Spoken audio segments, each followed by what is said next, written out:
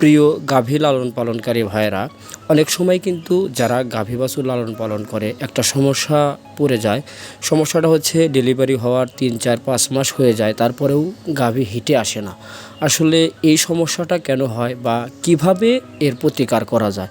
আমাদের দেশে বিভিন্ন কোম্পানির বিভিন্ন রকমের মেডিসিন পাওয়া যায় গাভীকে হিটে আনানোর জন্য। তো আমি আজকে আপনাদের সাথে কথা বলবো এডিসন ভেট যে বোলাস আছে, এই বোলাস ট্যাবলেটটি আপনি কিভাবে ব্যবহার করে 100% রেজাল্ট পাবেন। অর্থাৎ আপনার গাভী ডেলিভারি হওয়ার 1 থেকে 1.5 মাসের ভিতরেই যদি আপনি গাভীকে হিটে আনতে চান, সেক্ষেত্রে আপনি এই এডিসনের যে বোলাস ট্যাবলেটটা আছে এই ট্যাবলেটগুলো ব্যবহার করতে পারেন।